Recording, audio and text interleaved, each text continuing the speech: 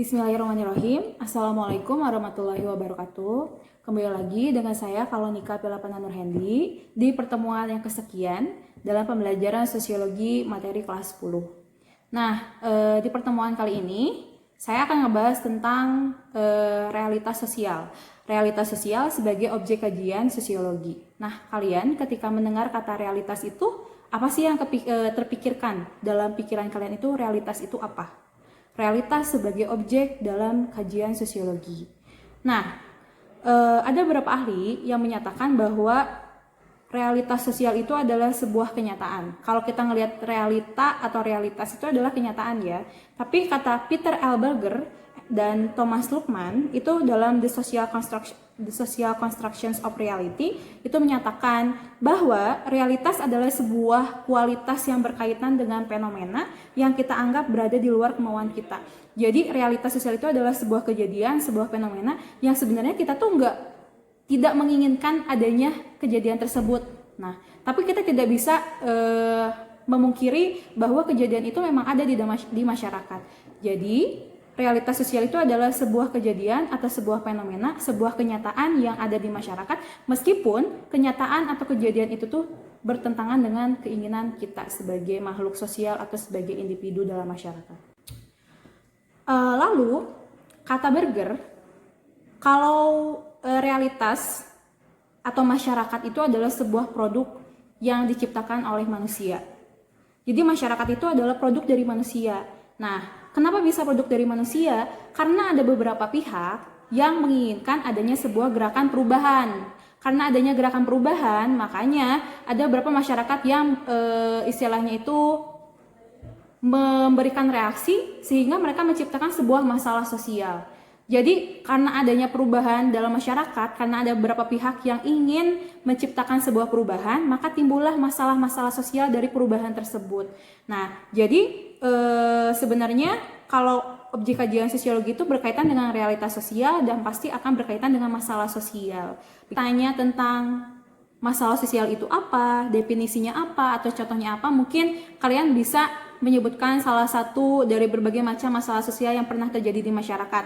Misalnya adalah masalah sosial tentang kenakalan remaja, atau misalnya yang sering terjadi di kalangan remaja itu adalah pembulian, atau misalnya tawuran antar sesama geng atau antar sesama sekolah, itu sudah biasa ya. Maksudnya kalian sudah terbiasa melihat masalah atau fenomena sosial itu ketika kalian berada di bangku SMA. Nah, sedangkan masalah sosial itu sebenarnya muncul dalam sebuah masyarakat ketika adanya interaksi. Adanya interaksi itu adalah ketika ada interaksi antara individu dengan individu, individu dengan kelompok, atau kelompok dengan kelompok, sehingga ketika ada interaksi yang tidak sesuai, maka akan menciptakan sebuah masalah sosial. Lalu, Sujono Sukanto itu melihat masalah sosial sebagai ketidaksesuaian antara unsur kebudayaan atau masyarakat yang bisa membahayakan kehidupan kelompok sosial. Jadi sebenarnya kalau Sujono Sukanto itu melihat masalah sosial itu sebagai sebuah ketidaksesuaian antara harapan dengan kenyataan, sehingga si ketidaksesuaian ini akan menciptakan atau akan merusak kehidupan atau hubungan dalam kelompok tersebut.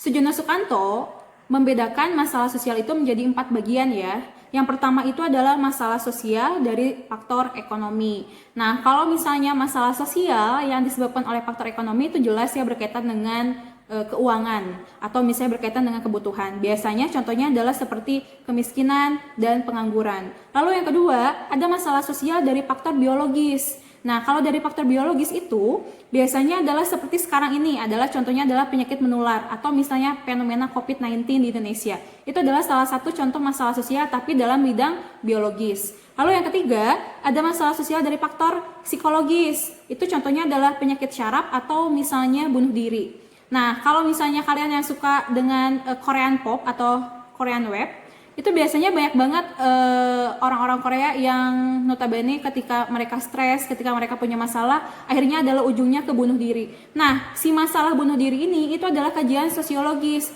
Nanti di kelas 11 itu kalian akan belajar tentang teori bunuh diri dari Durkheim. Begitu. Lalu yang keempat, ada masalah sosial yang berkaitan dengan faktor kebudayaan. Contohnya itu adalah perceraian atau kenakalan remaja. Nah, biasanya di masalah sosial yang berkaitan dengan faktor kebudayaan itu sering banget kita jumpain dalam kehidupan sehari-hari atau misalnya dalam kehidupan pergaulan pertemanan. Contohnya kayak misalnya alkoholisme atau misalnya seks bebas atau misalnya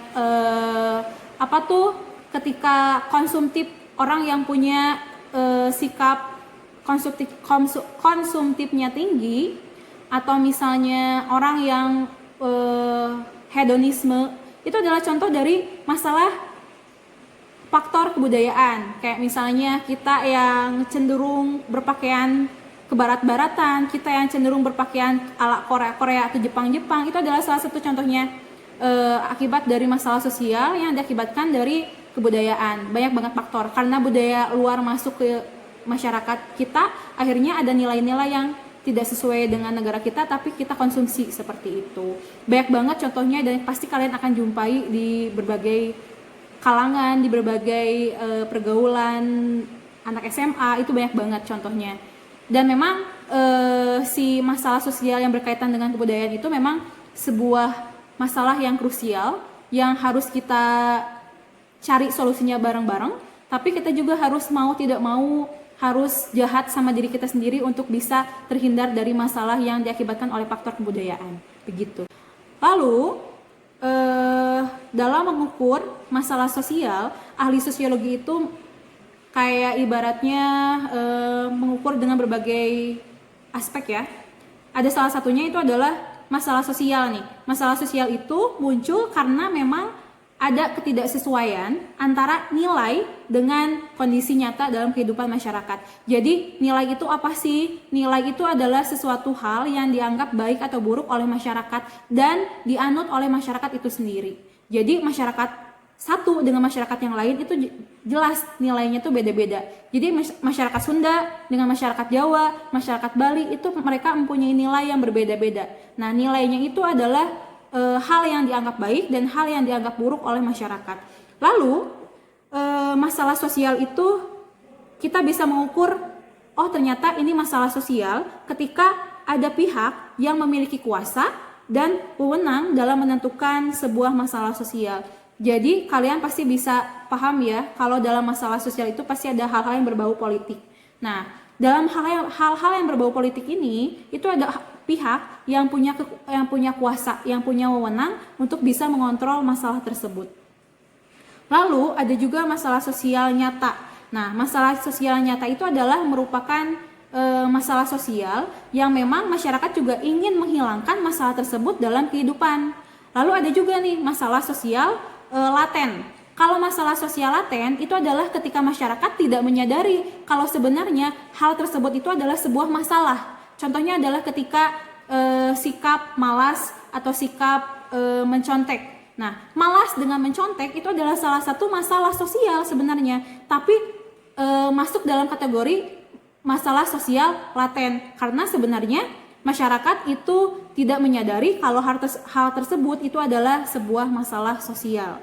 Lalu sebuah masalah itu pasti punya sumbernya ya, sumber masalah sosial yang dapat berasal dari berbagai gejala sosial dan gejala alam. Jadi gini, masalah sosial itu bisa dikatakan masalah ketika mereka punya sumber, dan setiap masalah itu pasti punya sumbernya. Ada sumbernya dari gejala alam dan ada sumbernya dari gejala sosial. Gejala alam itu apa? Kayak misalnya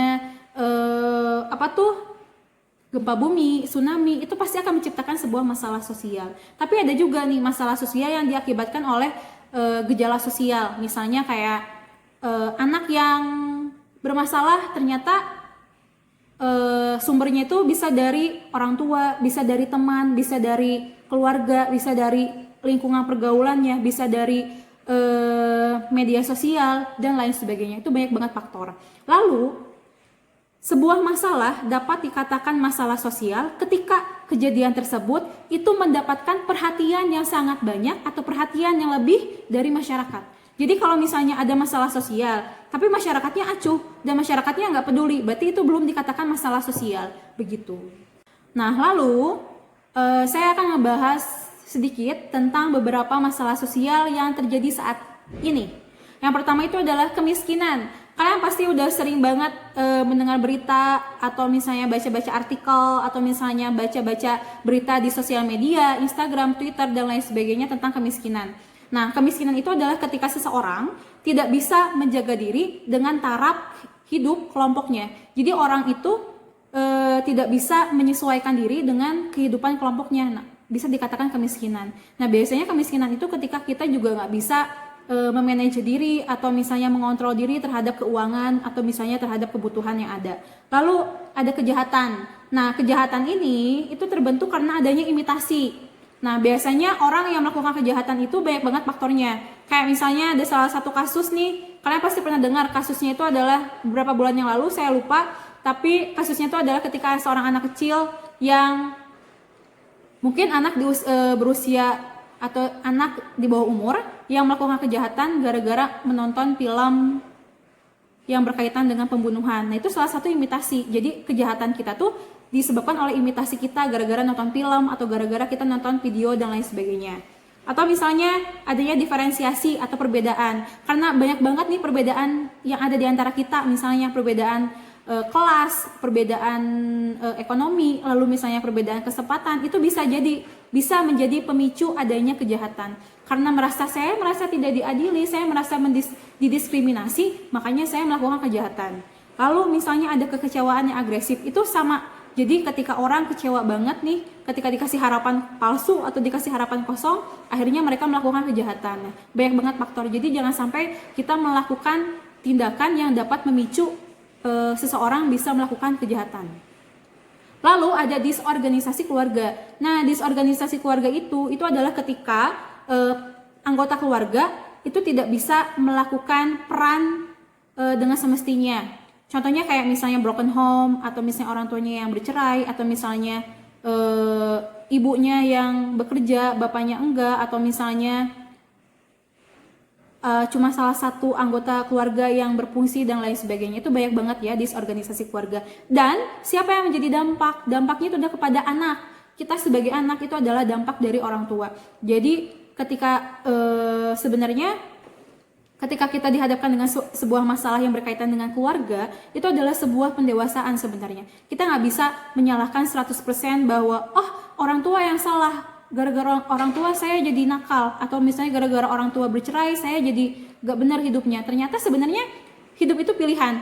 Kita sebenarnya bersyukur. Kenapa bersyukur? Karena ketika Tuhan memberikan masalah yang sangat besar ke kita, otomatis berarti Tuhan itu percaya bahwa kita bisa melewatinya gitu. Jadi sebuah masalah, sebuah fenomena itu pasti ada hikmahnya. Terlepas dari masalah itu apa, yang penting kita bisa mengambil hikmah dan kita bisa bersikap sebaik mungkin.